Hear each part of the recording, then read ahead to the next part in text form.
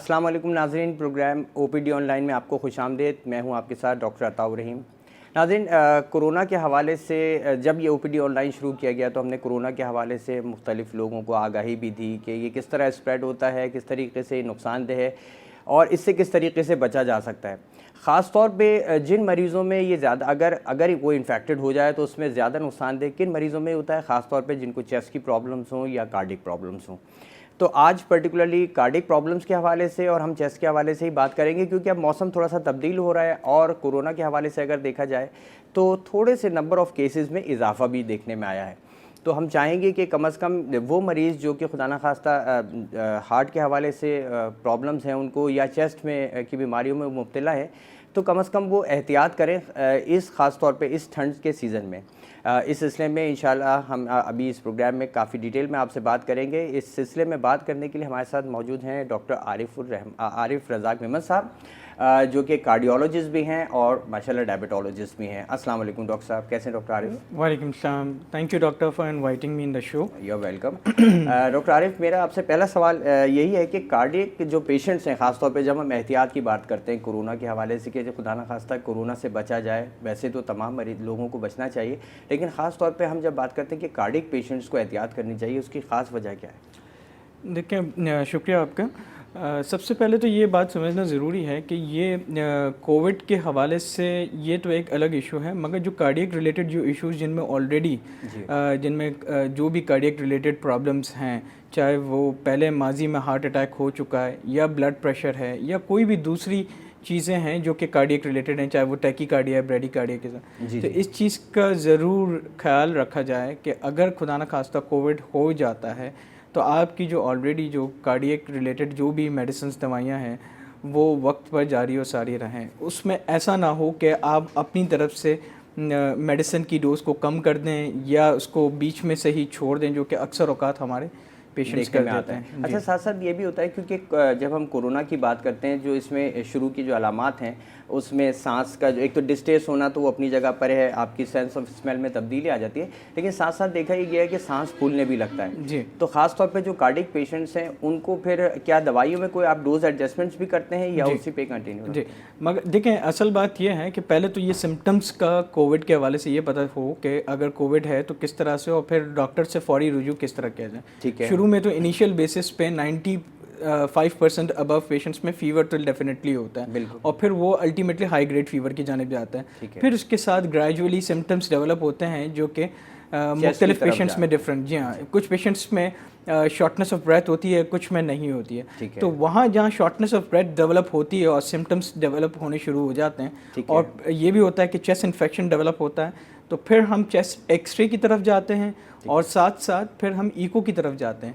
खास तौर पे कार्डियक पेशेंट्स पे जिनके साथ अगर कोविड हो चुका है या नहीं भी हो चुका है, जिनमें शॉर्टनेस ऑफ ब्रेथ डेवलप होती है, तो हम डेफिनेटली इस ईको की तरफ जा रहे होते हैं। फिर हम देख रहे होते हैं कि उसका इजेक्शन फ्रैक्शन कितना है, यानी कमजोरी तो वाकई नहीं हार्ट के अंदर। और कोविड के हवाले से दूसरी कार्डियक एबनॉर्मलिटी तो कोई डेवलप नहीं हुई है, यानी पेरिकार्डाइटिस या दूसरी जो डेवलप हो सकती हैं। अच्छा, बज़ाहिर अगर ये इन्वेस्टिगेशंस नॉर्मल आती हैं, यानी वही रेंज में आती हैं जो कि अमून पेशेंट्स की थी पहले, तो ऐसी सूरत में फिर हम डोज एडजस्टमेंट्स नहीं करते आते? देखिए, जहाँ तक डोज एडजस्टमेंट का ताल्लुक है तो वो हमें ऑन द स्पॉट देखना पड़ता है कि किस हद तक कोई पल्मोनरी एडिमा तो डेवलप नहीं हो रहा है शॉर्टनेस ऑफ ब्रेथ की वजह से, यानी फेफड़ों में पानी। जी हाँ, टैकीकार्डिया तो डेवलप नहीं हुआ, तो वहाँ हमें डोज एडजस्टमेंट करने की कई जगह पे ज़रूरत पड़ती है, और कई जगह पर हम कार्डियक मेडिसिन वही कंटिन्यू रखते हैं।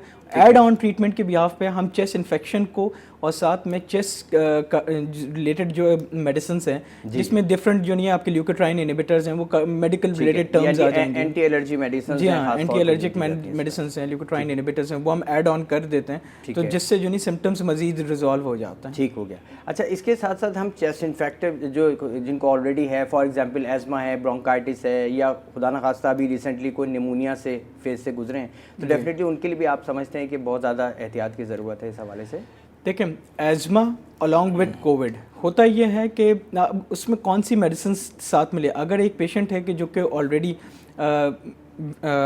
वेंटिलेशन पे है, या वो मेडिसिन जिससे जो नहीं सांस लेने वाली मेडिसिन जिससे हार्ट रेट इंक्रीज हो जाता है। ठीक है। तो फिर हमें ये देखना पड़ता है कि अगर शॉर्टनेस ऑफ ब्रेथ की वजह से ऑलरेडी हार्ट रेट इंक्रीज हो रहा है और वो सांस के हवाले से वो मेडिसिन ले रहे हैं जिससे ऑलरेडी उसमें भी एक साइड इफेक्ट हो सकता है, तो फिर हमें उन मेडिसिन को अवॉइड करके मेडिसिन को स्विच ओवर करना पड़ता है ताकि मजीद सांस फूले ना, क्योंकि जब टैकीकार्डिया होता है, जब हार्ट दिल की धड़कन रफ्तार तेज़ होती है तो शॉर्टनेस ऑफ ब्रेथ उसमें मजीद इजाफा होता है। अच्छा, एक साथ साथ मैं पूछना चाहूँगा, क्योंकि दिल के जो मरीज़ हैं बहुत सारे ऐसे स्टेज पे भी होते हैं कि जिनको बार बार पेन हो रहा होता है, जिसे अनस्टेबल एंजाइना कहते हैं। जी जी। और ऐसी सूरत में खुदा न खास्ता अगर वो कोई इन्फेक्शन कैच कर लें, लाइक कोरोना फॉर एग्जांपल, तो उनकी जो फ्रीक्वेंसी ऑफ टैबलेट्स है जो वो ज़बान के नीचे रखते हैं वो अमूमन बढ़ भी जा सकती है। देखिए तो आप इसके लिए क्या उसके लिए एग्जैक्टली बेसिकली क्राइटेरिया ये है कि पहले तो ये रूल आउट कर लिया जाए कि जो चेस्ट पेन हो रहा है वो कार्डियक रिलेटेड है या नहीं है। ठीक है। अगर तो वो कार्डियक रिलेटेड नहीं है तो फिर तो सिंपल पेन किलर के तौर पे, क्योंकि हम हर पेशेंट्स में एंजेसिड सबलिंगुअल इस्तेमाल करना ज़बान के नीचे रखने की ये मुनासिब बात नहीं है। ठीक है। तो अब सवाल ये है कि कैसे एवेल्यूएट किया जाए कि वो जो चेस्ट पेन है वो कार्डियक रिलेटेड है या नहीं है। तो ऐसी सूरत हाल में फिर हमें करना ये होता है कि हम डॉक्टर से ही इवैल्यूएशन करवा के वो सीने में यानी अपने तौर पे बिल्कुल भी इसको कहीं तौर पे एडजस्ट ना किया जाए, खुद से जो है इजाफी तौर पे या मेडिसिन, उल्टे हाथ पे दर्द आना, पीछे दर्द आना कमर में और इसी तरह ठंडे पसीना आना, तो जब ये सारी अलामत हैं तो फिर उस टाइम पे बैठ लिया जाए और फिर ज़बान के नीचे रखने वाली गोली उस टाइम पर रख ली जाए।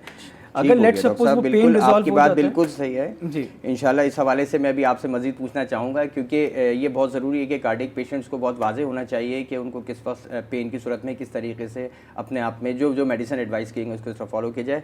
वक्त हुआ एक छोटे से ब्रेक का, इंशाल्लाह मिलते हैं शॉर्ट कमर्शियल ब्रेक के बाद।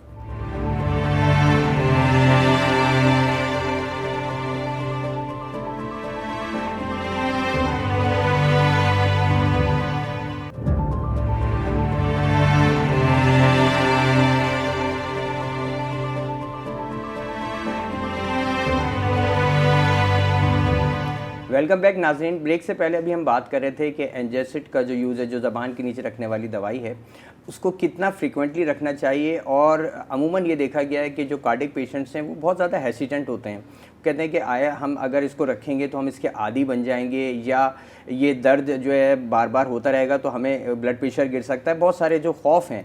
तो डॉक्टर आरिफ, इस हवाले से आप ज़रूर मैं चाहूँगा लोगों को आगाही दें कि वो कितना फ्रीक्वेंसी के साथ इसको रख सकते हैं और किस वक्त अब ये है कि अब इसके डॉक्टर को रश करना चाहिए। जी ये बहुत इंपॉर्टेंट सवाल है। मेन चीज़ ये है कि पहले तो ये एवेल्यूएट कर लिया, जिस तरह मैंने बताया था कि कार्डियक से रिलेटेड जो चेस्ट पेन है उसको खुद ही पेशेंट वो जान सके कि वो है या नहीं है। अगर तो वो है तो डेफिनेटली फिर हमें नेक्स्ट स्टेप पे एक जगह पे बैठ जाए और फिर वो एंजेसिड सबलिंगुअल यानी ज़बान के नीचे रखने वाली गोली वो रख लें। ठीक है। और विद इन 5 to 10 मिनट्स में पेन रिजॉल्व हो जाना चाहिए। अगर तो वो कार्डियक रिलेटेड होगा तो पेन रिजॉल्व हो जाए तो that means well and good. वो मजीद 15-20 मिनट के लिए इंतज़ार करें वहीं पर और फिर इसके बाद अपना काम जारी। यानी 15-20 मिनट के बाद दोबारा यूज़ करें या नहीं, अगर ये वो अगर हो जाता है तो मगर अगर एक पेशेंट को पेन वही इसी शिद्दत से पेन रिजॉल्व हो जाता है और दोबारा पेन अराइज होता है उसी दौरान ही 5 से 10 मिनट के दौरान, तो वो मजीद 10 मिनट बैठ जाए और दोबारा ज़बान के नीचे गोली रखे। ठीक है। फिर मजीद 10 मिनट के लिए बैठ जाए। अब की बार जो तीसरा स्टेप होगा, फिर अगर पेन रिजॉल्व नहीं होता या वही भारीपन है, वही घबराहट का होना है उसी तरह से और ठंडे पसीना आ रहे हैं, तो तीसरी दफ़ा गोली रखे ज़बान के नीचे और अगला कदम आपका बैठने की जानिब नहीं बल्कि कार्डियक एमरजेंसी की तरफ हो, जो भी कार्डियक रिलेटेड हॉस्पिटल।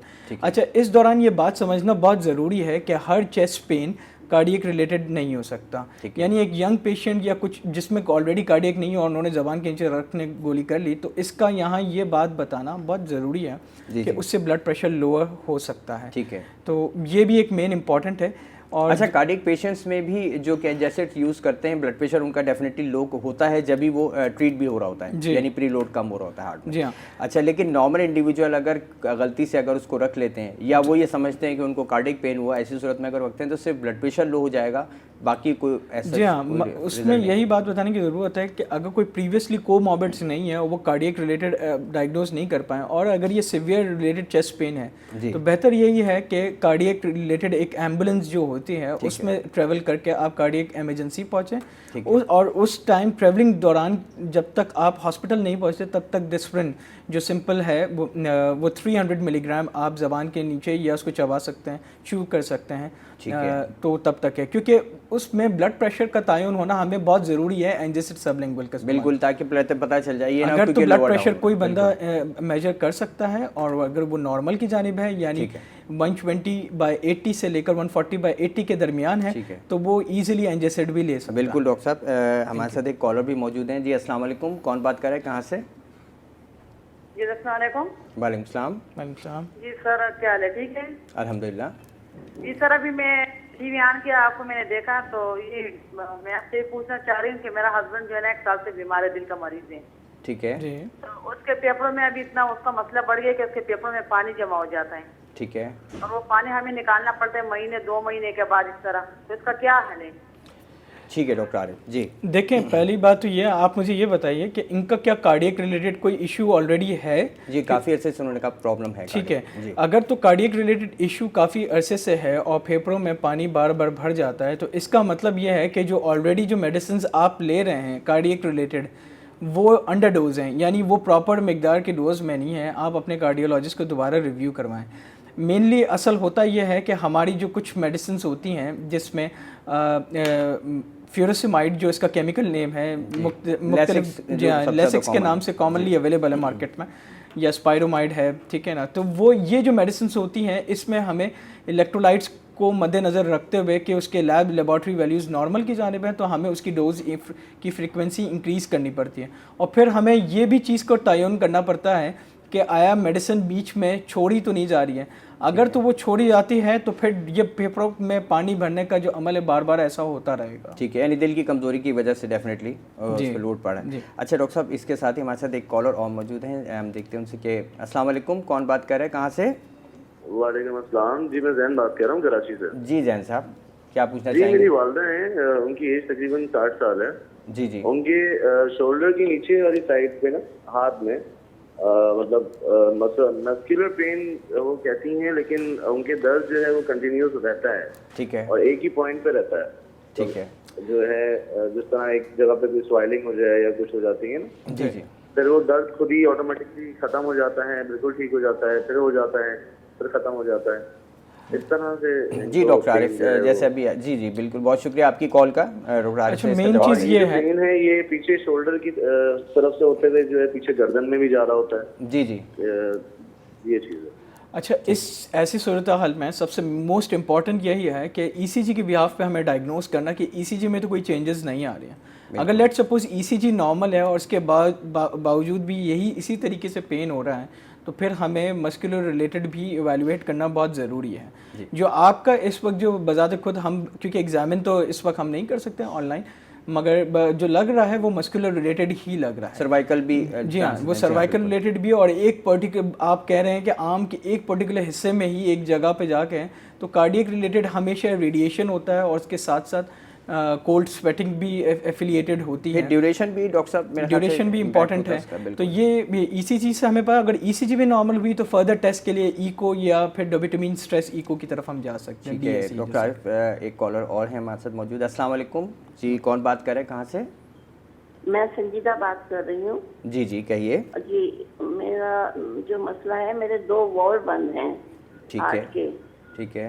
और उसमें ना आजकल पेन बहुत हो रहा है सांस लेने में, खास करके जी जी, मुंह खोल खोल के सांस लेने में 4-4 तकिए लगा के बैठती हूँ पूरी रात।